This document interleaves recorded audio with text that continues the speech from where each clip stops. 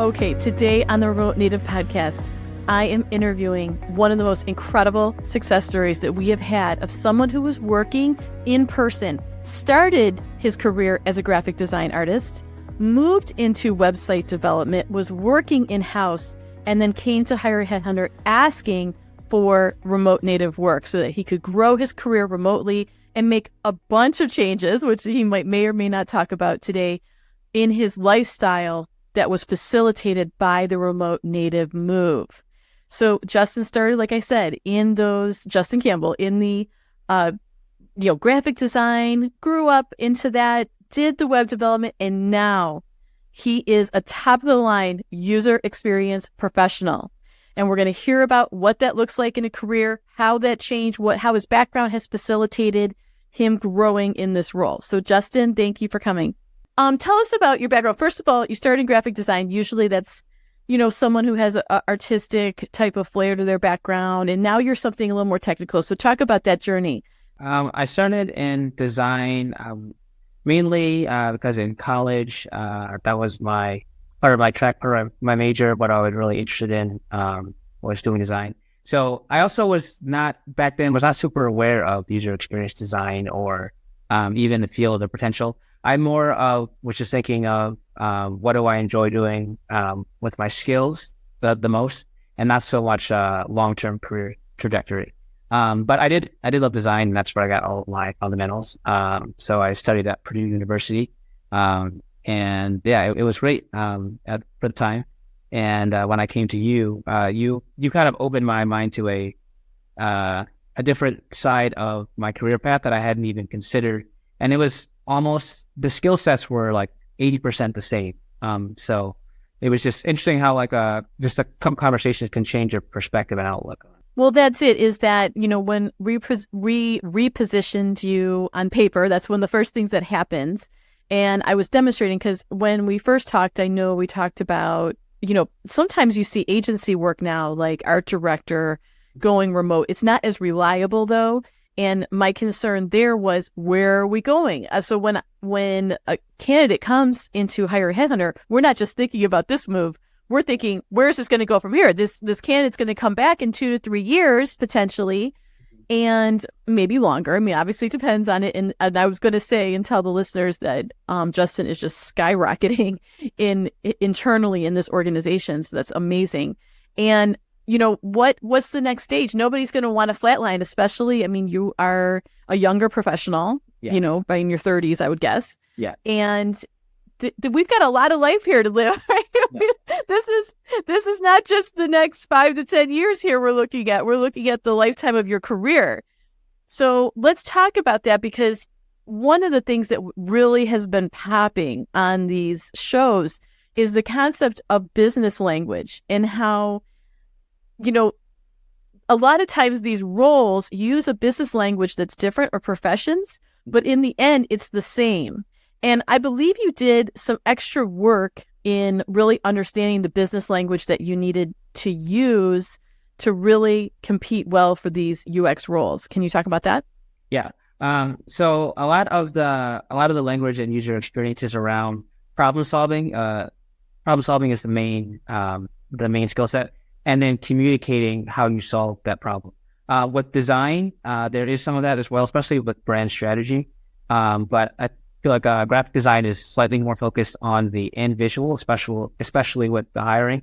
But with user experience design, the thought process and how you solve the problem is very important to all roles. So taking my previous experience, even some of my consulting and freelance work, and thinking about how do I communicate my thought process for solving the problem and not just showing the end result. That's kind of the essential business language in user experience design. Okay. And let's talk about that, because we did really heavily use, that was primarily your portfolio. And that's another important thing for the listeners to understand. Some professions really require portfolios to compete well. Yep. And you had a portfolio that you were already using outside of your corporate work in website design. So let's talk about how that facilitated the conversation. Yeah. So, like I said, my previous portfolio before I updated it was mainly focused on end result and not showing much process, not showing strategy, not showing how I got to the end result. Thinking of specifically some consulting I did for a nonprofit in Chicago. I did some web design for them and also facilitated a online system for them to connect volunteers to people who needed help. So we did some automation around the website to allow that to happen. And previously, when I was focusing on graphic design, I was basically just showing the web pages, showing the end results, showing them on mobile. But when we were making our pivots, you had mentioned to me, you actually, all the questions that you had shared with me in the interviews we did, almost all those questions that we talked about were asked like exactly. Down the line. Yeah. In order. Yeah. It was actually wild. So since I knew what questions were going to be asked of me, that helped me understand what I would be able to point to in my portfolio to be able to expound upon those questions. So I changed my, I had the same end result, but I did a lot of additional work showing, this is when I talked to the business owner and what she wanted. Here's how it related to her users. I talked about how some of the things that she wanted to do, her users didn't necessarily care about. For instance, she wanted people to be able to get food on a certain day of the week. And her users didn't care so much the day of the week. They just wanted to have a ride to get the food. So that was like a business need, is like she wants people to get food on a certain day, but people using the service, the users, they just want a ride to the food. So some of those things we talked about together. I showed her where the differences were so she could make decisions around that. And then we made changes accordingly. Then I also spoke a lot to, previously, I wasn't showing the interviews I had done with the business owner and also the people that worked for her and also users. I just talked about, here's how the webpage looked. But I added a bunch of documentation about the conversations I had, the outcome, and then the decisions that those conversations allowed to happen. Did you, in this example, so I do think we should back up for the listener. So user experience in this case, because this can be a physical product. I mean, originally UX was how people interact with physical products. Now we're talking about how they're interacting with apps, websites. So there's a lot of business requirement gathering, user needs analysis. Excuse me. Tell me, about that type of interview process, because I think you were already doing this, like you said, but you were focused on the visual end results. Yeah. And in this role, it's more, how are you gathering this data? How are you finding issues? So let's talk about that. Like, were you interviewing just the business owner or did you go out to the users? Yeah. So you're always going to want to do both.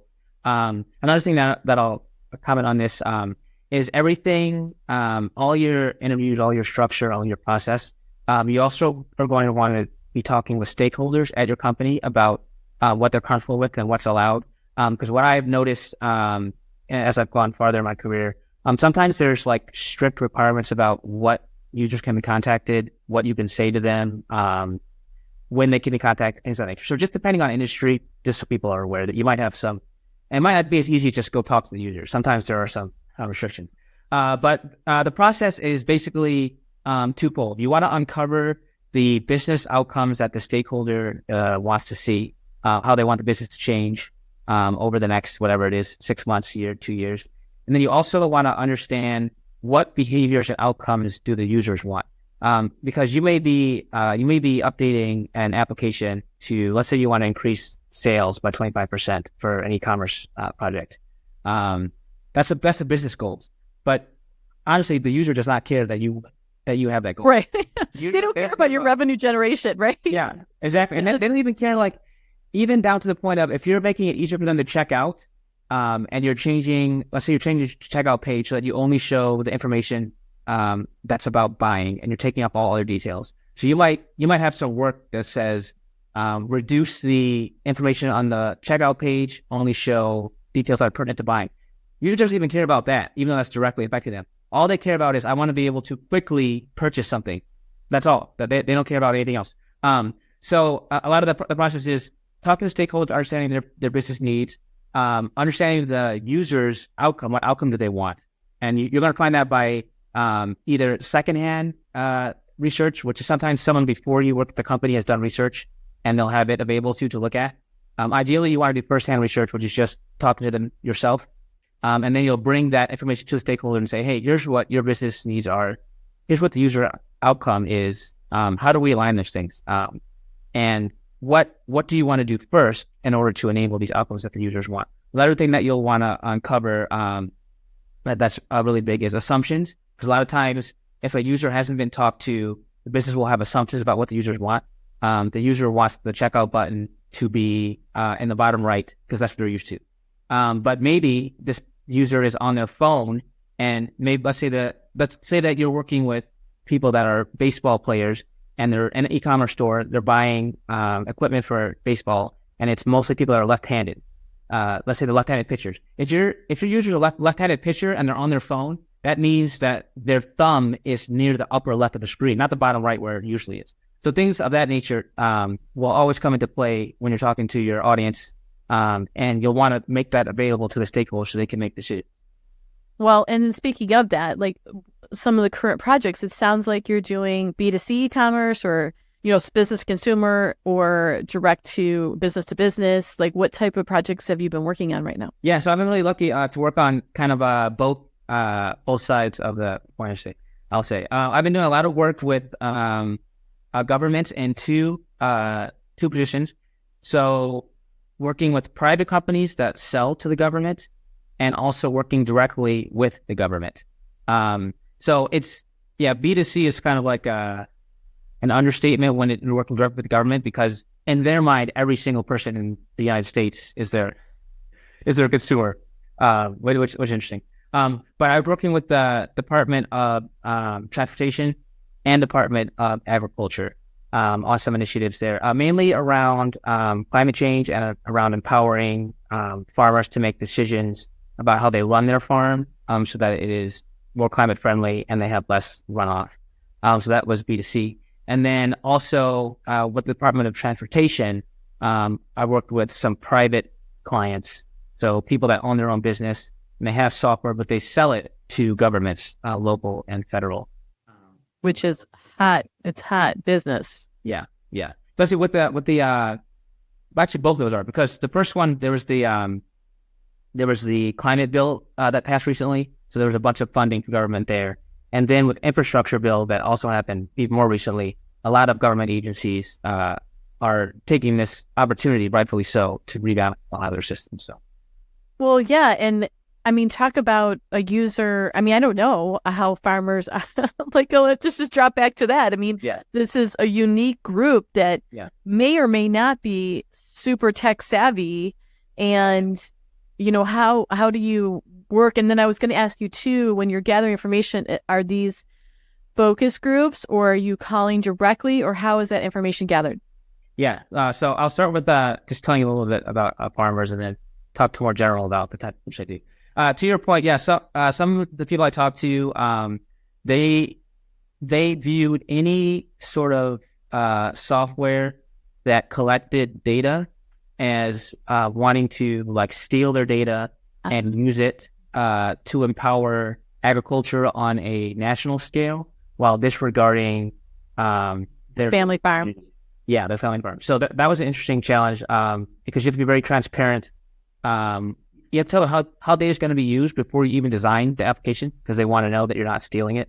And then also certain features like sharing data with other farmers or automatic upload that you might have in other applications. By default, you wouldn't want to use those because these farmers are concerned about their data being taken without their knowledge.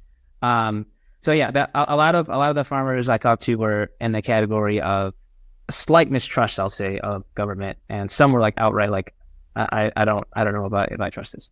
But there were also some that ran larger operations of like thousands of acres, and just because of the scale of their work, they had no choice but to embrace technology. They couldn't really do that without technology, so they were more open to some of the work we're doing.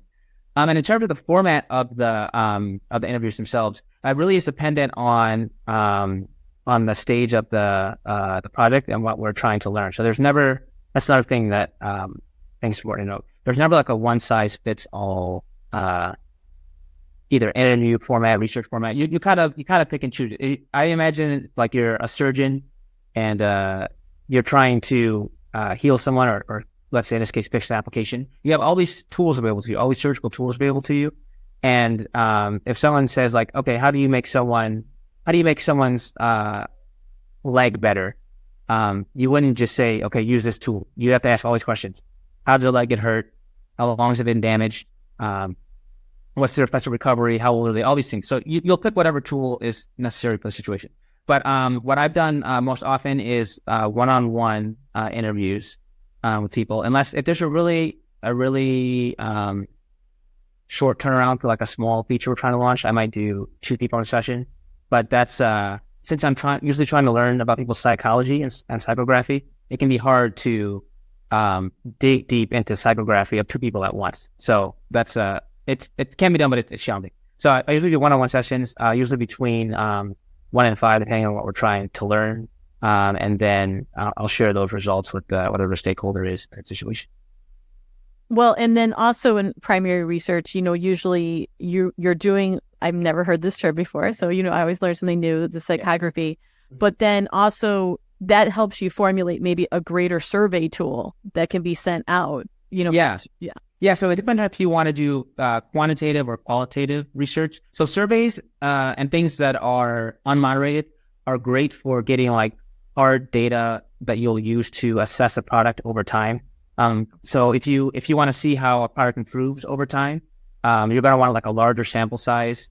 You can have people do like a system usability score. It's called SUS, or like you could do net promoter score to just see how something is, how your brand or company is represented over time. There's a lot of different tests you can do that are quantitative, larger sample size, unmoderated.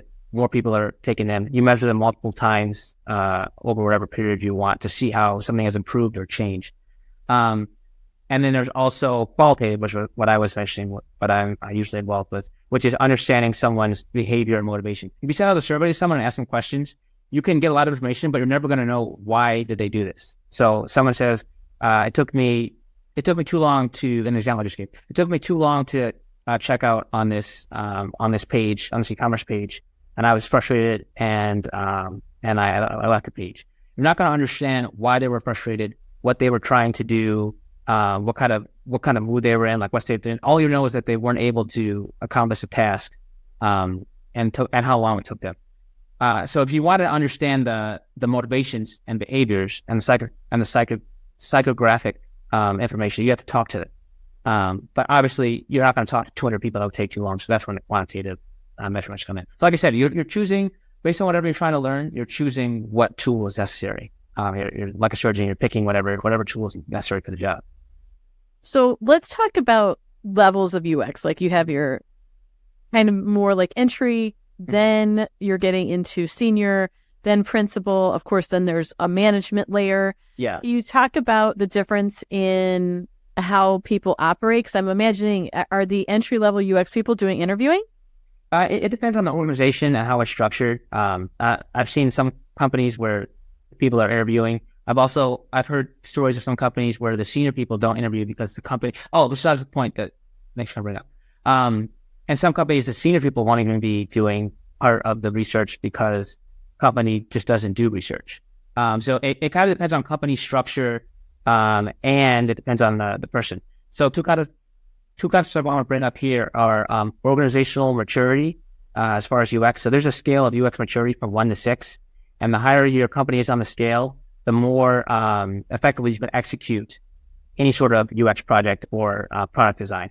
So companies that are very low on UX maturity, like around 1 or 2, their UX is either non-existent or haphazard or kind of like random.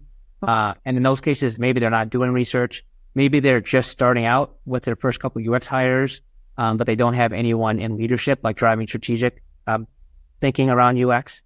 And then as you move farther up the scale from 1 to 6, the UX, it goes from haphazard, non-existent to becoming process-oriented. Haphazard and non-existent.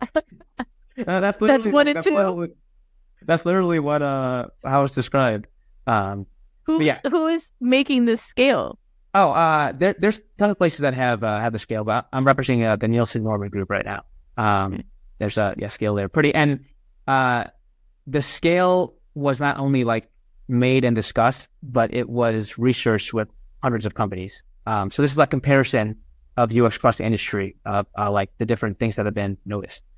So as you move up that maturity scale, you go from not non-existent, haphazard, and also like not funded to process-oriented, repeatable, and scalable. And also at like very high maturity, you'll see some companies that have like chief UX officer or chief human officer, something like that, where they have it in their highest levels. But I bring all that up to say because you'll be doing different things based on your company, based on your company's maturity, and also how the department is structured. Some companies, like I said, they have senior designers, but they're not doing taking part in research because the company's not very mature. They don't know that they need to do that, but they don't make time to do that.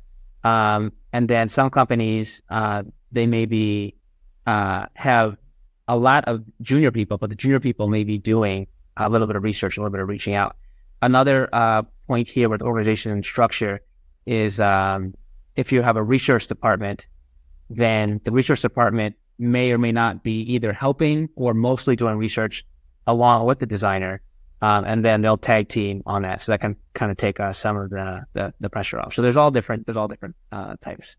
Yeah. So let's talk about that, and also like what you've experienced. I mean, I'm sure the gold standard is to work in a 6 environment. Yeah. And then one that's collaborative between the developers. And I really want to talk about that. Like, you get this stuff, you're considered a designer on some level, but it's not DevOps design. So let's talk about that. Yeah, definitely. Yeah. And one thing that I've noticed with design and DevOps, obviously DevOps and coding has been around for a lot longer than design. Design, you could say it's fairly new, even though it's more than a decade old compared to other disciplines, especially human-centered design.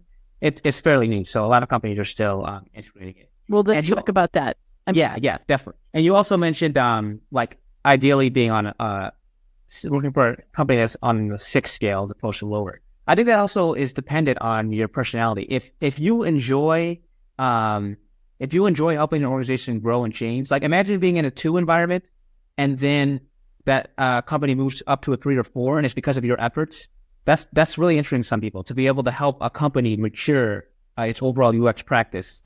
So yeah, you just have to know what you want. If you like that more process-oriented, more stable, more well-established, you probably want to shoot to be higher on the scale. But if you're someone who wants to help bring change and make change, then, I mean, I don't know if I would say shoot for the lowest, but just you can be aware that I want to help organizations make this shift. So I want to look for ones that need help making the shift. For myself, I've been involved with organizations that have previously been mostly IT focused, and I've helped make some of these shifts. It's really interesting to me. I like before when I was in design, graphic design, I would get my hands slapped for like reaching out to people that aren't in my department, just like ask them like how I could help them, see what they're doing. But in UX design, learning about the whole organization, especially when it's trying to mature, is very helpful. So I kind of actually enjoy being in a organization that's not quite fully developed yet on their UX maturity, and helping them grow into that. It's kind of a fun, exciting challenge. And also another thing I'll say about this scale, I think it's very rare for an organization to be aware. Imagine someone saying to you, I can communicate in this unknown pathway. It's not language. It's not writing. It's just unknown. Before they spoke to you, you didn't even know that existed. So of course you don't know what they're talking about. So a lot of times with organizations that are lower on the maturity scale, they're not aware of their own immaturity. So they may not even be aware this is something that they can move to. So as you're working with these companies, if that's something that you decide to do, you're just going to be helping them achieve their business goals faster. I don't know if they're necessarily going to care that they're moving up the scale. Now they might if they're very focused on getting human centered, but what they're just going to notice is that they're able to release products faster and the customers like them more, or they're having less support tickets. That's like evidence of moving up the scale, but they might not know themselves that they are moving up this maturity scale. Go ahead. So less support tickets, obviously if it's revenue generating or some type of user engagement. I mean, those are usually measured, I'm imagining. Yeah. So you'll have like, usually a company will be, at the very least, I've never seen a company not track support tickets. Yeah, maybe it's possible, but I have never seen that. And one of the main things that that improving user experience normally does is reduce support tickets, which you can equate to revenue also because those people are spending less time working on things. And sometimes if you have engineers that have to help with your support tickets, that makes it even a higher cost. So you can have some drastic cost savings there. And then sometimes you'll see increased referrals when the user experience increases because people love it so much. You're right, they talk about it. That's part of the Net Promoter Score. How likely are you to represent it? How lucky are you to positively talk about it to somebody else? And then you might also see a reduced time using whatever service it is, but increased revenue. So that's people are finding what they need faster and then purchasing it. Okay. And going back to the farmers, I mean, I know that you said they were suspicious and there's maybe some competitive nature. Yeah. How likely would they be to recommend then? I mean, let's say the app is working and they know it's working. Yeah.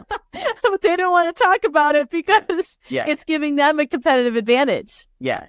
Well, one of the things we did there actually is through the interviews, we learned that there is like some slight competitiveness with like large national, like growers that are supplying food on a national level. There can be some like guardedness there. But as far as like the farmers within the community that are like not like that massive, there actually is a lot of collaboration and sharing. And people often they would tell me like, I don't want to hear about the study that XYZ University did about like fertilizer. Just tell me what Joe down the street is doing, and I trust that more than whatever university. So we were able to bring in data from people that are local, like, hey, so and so is doing this practice. This might help your farm. They've increased their output by 10% over the last year. They've also captured. I mean, the farmers don't care about this, but we just tell them because they can sometimes get incentives from the government if they do this. You've also captured 30% more carbon on your farm than you did last year, by the way. So if you want to apply for a grant, go ahead. You can get money for that. But when we tell people this information, and it's about their neighbor, they're more likely to try a new farming practice and or refer like, oh yeah, I'm working with the government with this program. It worked great. My friend did it. Now I'm doing it. I want to refer you to it. So there was a lot of collaboration like with the local community, even if like the larger farms might have been seen as like a threat. Yeah, I didn't know about the carbon sequestering and that was getting grants. So that's interesting. Yeah. And I know this is slightly off topic, but always interesting. I mean, we should all be interested in our food supply. Yeah. I have some family in Idaho. I was just visiting them, and they live in a huge farming valley. And I met with a bunch of farmers, and it's a very unique thing. And most of those were neighborhood. I mean, the family through the generations. Type of farms. So, okay, that's one thing. But what was the other project you were working on? Oh, yeah. So right now I'm working with the transportation sector. So local, state, and federal transportation agencies. We're helping city planners and traffic engineers manage their roads, manage their highways, and also their volume of traffic wherever they may be, whether that's like highway or city streets or like urban neighborhood roads. And this is something like I with my experience in the Department of Transportation, I was kind of into this world like very slightly, a little bit earlier on. Yeah. But as I like delve deeper into it, it's incredibly interesting to see how much thought is put into like even how long a light is red or not. And this, if I had thought about this beforehand, like not working in it and just thought about it, I would have been like, oh yeah, this is going to be like incredibly boring. Like who cares? Like it doesn't matter. But it's like, I don't know why. I think the other thing is I love hearing people talk about what they love. So maybe that's part of it. But understanding like the amount of planning and the amount of data that goes into just like coordinating like 3 intersections in a city is really interesting. So the main thing that we're looking to do is help cities ensure that their traffic flow is optimal and also reduce death. You could actually, as a traffic engineer, there's a rating for roads, and I'm on ratings again, but roads are rated through different safety levels, and based on the way the engineers the road, so how many curves there are, when the curves are, how intense they are, if there's pedestrians or not, all that comes into how deadly or safe the road is. And most cities are trying to move, they're trying to remove all the roads that are the least safe or change them so that they become more safe and create more safe roads. So our software helps analyze and make those changes. And we also do like track volume counts and things of that nature. So in this case, neither one of these solutions are websites, right? So they're deployed. They're deployed on the web. So it would be a matter of nuance and semantics that I think only developers and myself care about. But it's you can deploy an app in the cloud, obviously, and some people consider that a website, quote unquote. Like some people, I'll talk to them about Google Docs, and I'm like, oh yeah, I love that website. Definitely not a website. It's just an application distributed on the cloud. So we're similar. We distribute our applications on the cloud. And then we also have some local applications on desktop, but we are updating all those to be distributed on the cloud just for easier use of access and updating as well. So, in the development world, Agile and Scrum are some of the big words that are used. How does that work with UX, or doesn't it? Is there? Yeah. Okay, do tell. That's a great point. Yeah, there's so depending. This is another thing that depends on organization and work structure and what you're used to. The standard now, obviously, is doing agile for development, which almost all companies are going to be doing. Very few are not. And there was this idea previously, especially for manufactured products, but even for some physical products, this concept of big design up front, which is like before development starts on something, doing all your design thinking, doing all of your research, and like having it be like blocked, kind of like a block before development starts. You're doing all this design thinking, all this research. Some companies still operate in this way, and especially with physical products. If you're going to develop a widget or something physical, you don't want to have design change after you've started manufacturing. You're going to lose a ton of money. Oh, but it's software different. But what a lot of companies have been doing is integrating a process called lean UX into their workflows, which allows UX work to be done alongside development at the same time and also continuously throughout the project. So instead of doing most of the design work up front and then passing it off, kind of like a stage gate, which some people might consider that part of it like a handoff to the waterfall. If you get to document something and pass it off, you might consider that waterfall. But instead of doing that, bringing developers in to the ideation phase, getting their input. I'll even invite developers to my interviews, whichever ones are available, so they can hear directly from the customer what their problems are. That kind of changes the conversation when they're working on code, because they know exactly what the user thinks, what the user's problems are. But I've seen a shift recently to doing design with development collaboratively, even in like ideation phases, and kind of removing that drop off point, like design something, then throw it over the wall. Then you're testing it, right? Yeah, it's more of like collaboration all throughout the process. So in the design phase, in the early phase, you're having developers. But the other thing that helps, if you have developers in your early stage and all throughout the process, there are certain things that a developer can start working on if they know like kind of what you're thinking about. It's kind of like groundwork or system architecture. But usually, unless you're a UX designer that also either studied code or maybe you're a UX engineer, you probably don't know the technical things that can happen while you're doing something else. But if you have developers in with you in your planning stages and you're doing like collaborative workshops, design studios, they'll be like, oh, we're thinking about doing this feature. That means we have to have this architecture set up beforehand. There's no designs yet, like there's no UI yet, but I can start setting up this architecture. So you get a lot of cool cross collaboration there as well.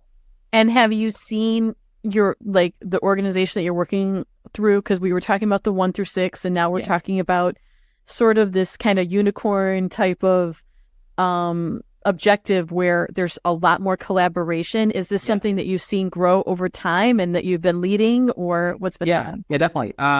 So especially the collaborative workshopping together.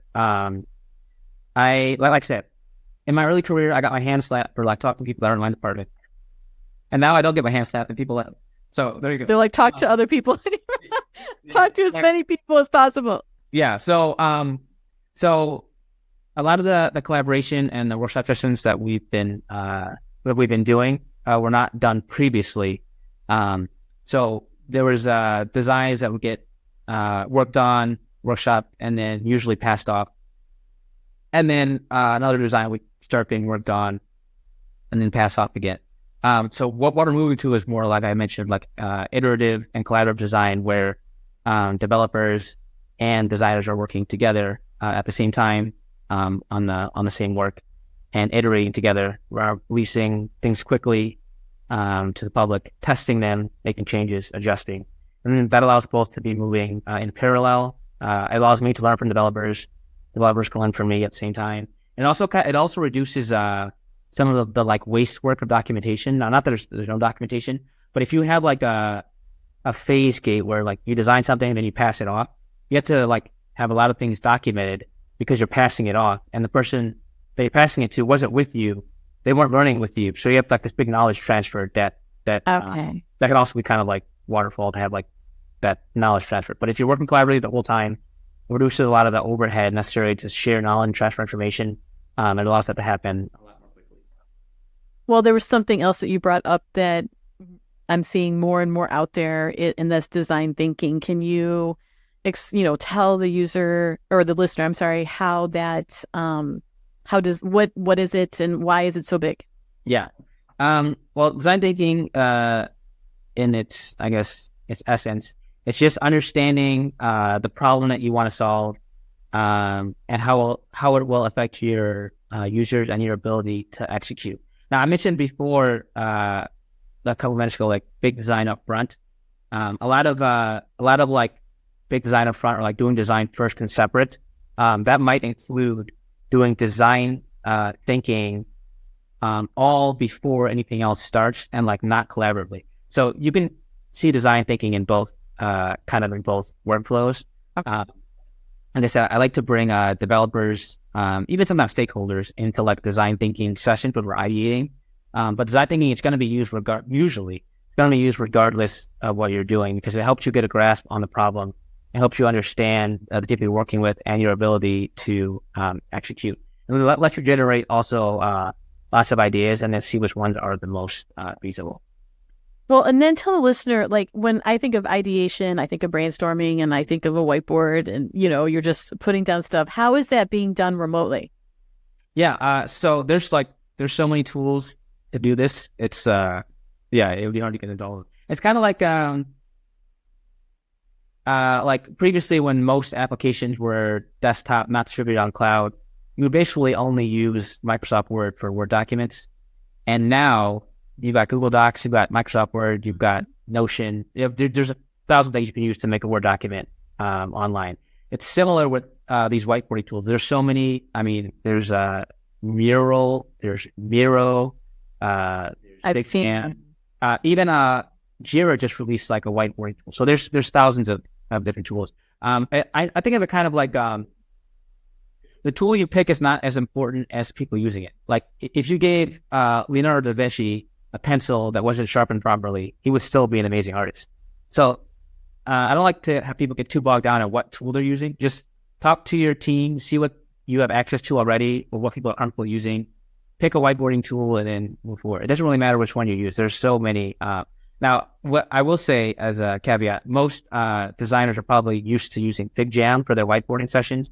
And it is really nice to have some features for like making open sessions that anyone can join without logging in. Has like a timer for like if you want to do like a 5-minute session or something. But there's plenty of options out there. And I don't think the tool is not as important as like the ability of the team to use them and Right. what people are comfortable with. Okay, so it sounds like a couple of the things you've been leading, and one of the reasons you've risen up through the ranks and to leadership now is shortening those time frames, building more of this iterative cycles so that you can shorten not only what you're delivering but have the delivery more successful. What are some other initiatives that you're leading right now? Yeah. So the other things that I'm working on currently, and I guess it's just kind of like it's kind of just gonna get into like long term, like overall like life purpose type stuff. So if it's a little bit out there to, you know, Okay. or figure. All right, let's go out there. Let's do it. Let's do it. But long term, I have this vision for helping people that don't have houses get housed. So helping like homelessness, Okay. helping in that arena. That's also kind of in the public government sector. I guess I tend to shift that way.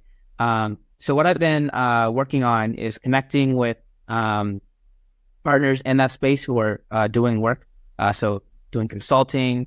There's also some people that do like financing in that space, and seeing how, just like starting to explore how might software empower people to either be connected to housing opportunities, or how might software be used to create revenue that's used to house people, to buy housing for people. That's kind of what I've been exploring. And I think the reason why I've been thinking about this so much is because there is like enough, essentially there's enough money and housing for people, at least in the US. There's enough for people. People can be housed if we want them to be housed. But there's not a mindset shift on a large scale for that to happen. There's not the political will, but the capability is there. Yeah, political will is exactly the point.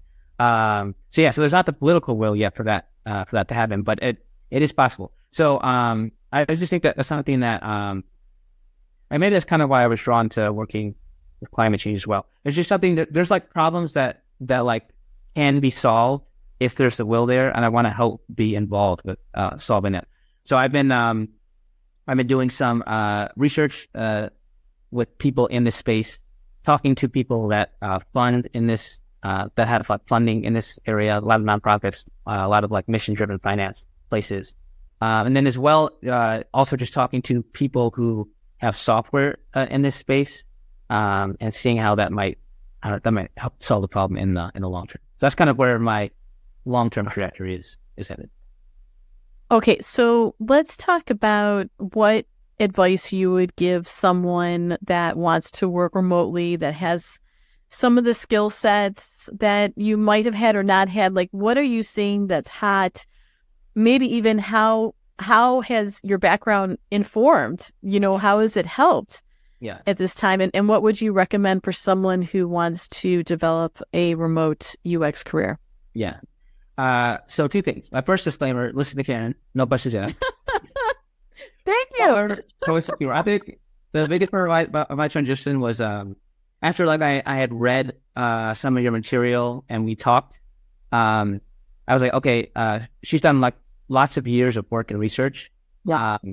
Me like trying to evaluate everything she says after this point is going to be a quote unquote waste of time. It'll be slowing you down. Once people know you, they've seen your work, they trust you, it's just like a lot faster to listen to you if you're trying to move forward. So my final words of advice is like, listen to Karen. She placed me in 9 days, and I just listened to her. So that's advice number one. Advice number two, I think a lot of work around mindset and what you expect is kind of will serve you well, not only in this but in whatever you seek to accomplish.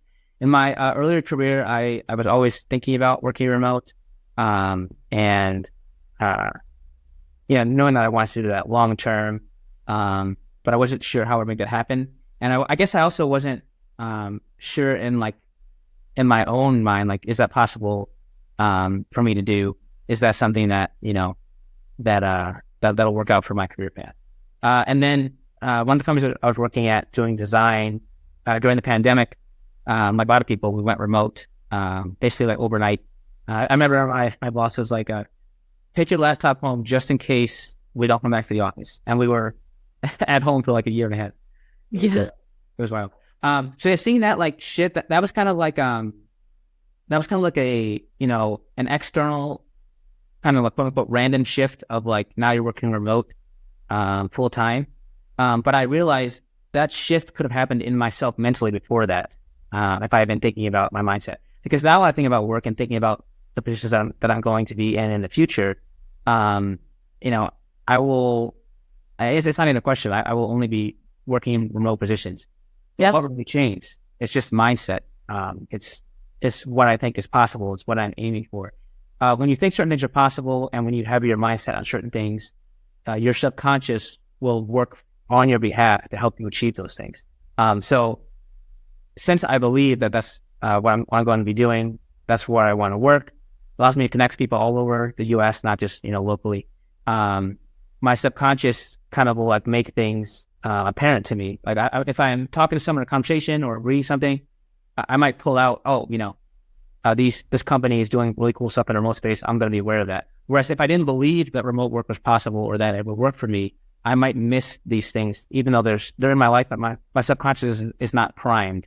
Right. These things. Yeah. And then the other piece of advice I would say is connect with, I was talking to someone 2 weeks ago, like a mentor person was asking some questions. Connect with people that are in your industry. If you're not working with Karen, you got to do this on yourself. If you are, then you're set. But connect with people that are in your industry and in the field that you want to go. So if you want to know you want to do UX design, let's say you want to focus on the financial space, connect with people in the financial space and take their advice kind of as gospel. So you could hear possibly conflicting things about what companies want. But if you choose, hey, I'm targeting this, when you target something, then you can have your efforts be pointing that way. If you don't target something specific, it's going to be hard to narrow down and get really good advice, because one industry will say, we want to see this. One industry will say, we want to see that. And they might conflict. So take the time to figure out what you want, what your industry is. Be intentional. Don't just drift, choose an industry, and then you'll get so many more actionable insights because you're aiming for a certain niche.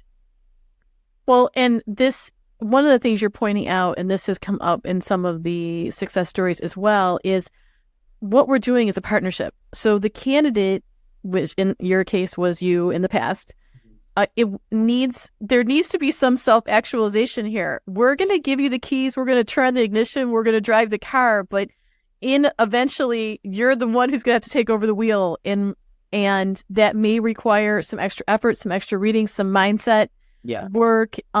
This concept of a partnership, we're not in the room doing the final interviews. In the end, you're the candidate, you're the one who's negotiating. So it's learning the language, the business language, like you said, finding experts and trusting your experts. You trusted us as an expert as far as moving you in this direction, and then also other experts in the field that can help inform you and give you more information.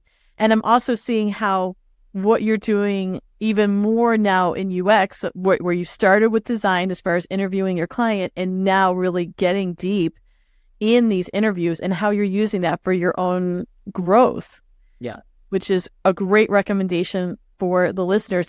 This is a partnership. This is, in the end, it's a partnership, and you're going to have to sit in that room. And, like I said, we're going to take you all the way we can, and then you need to step into it at that point. And you did a fantastic job.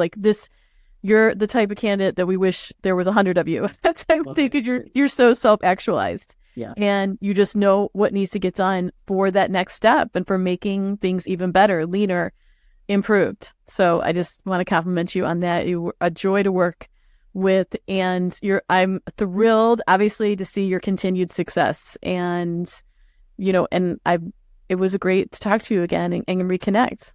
Yeah. This is awesome. I can't say enough about the partnership piece you mentioned is huge. And also, my mindset is huge as well. Taking into account your own beliefs, your own biases, really addressing that. I know you probably hear a lot, whatever you believe is possible. It's not just a random saying. You're working on your mind. Your mindset is something that you get to choose. And if you want to, you can sculpt it over time. So think about your purpose, think about what you want in your life, and then you literally can sculpt your mindset accordingly. So if you want to be a top performer in whatever area it is, realize that you can use your mindset as a tool to achieve whatever you're trying to achieve. And your mindset isn't fixed. It's not only random, influenced by external things. You can choose yourself to set your mindset to help you achieve whatever you're trying to achieve. That's right. And this falls into a lot of advice that we've had over these two, which is step out of your old narrative and build a new narrative. And the mindset work goes right into that. Yeah. is, okay, this is the narrative. This is what Karen says needs to happen for this to happen. Now I'm going to adjust my mindset and do the work so that I can step into that. Yeah. There's some really great, if you want like specific like exercises you can do for like mindset stuff. There's some really great work by Brian Johnson. He has an application called Heroic. Okay. And, it's for like helping you set your mindset.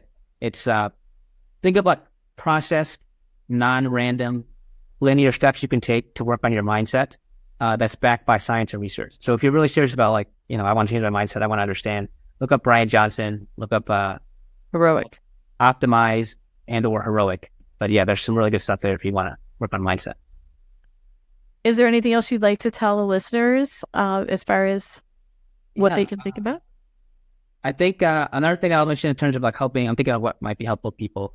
If you look as you're on your job search, but if you have Karen, you have someone helping in your job search, and you also have a mentor for while you're working with her. I also say look for mentors in your field in UX, and there are a lot of resources for that. One of them is called ADP List. You can look up people that are in UX. You can search like I want to talk to the head of UX at REI, whatever, at Microsoft, whatever. And you'll find them on there. You schedule some time with them. You can talk to them, get insights. Really? It's completely free. Yeah. I've talked to a lot of cool people on there. So find someone that you can get insights from. Ideally, that's in your industry that's a little bit ahead of you. And also, I have to say, even if you're junior, it's helpful if you can also look back and try to help other people. Because if you're helping someone else, it'll force you to solidify your own thinking. That's right.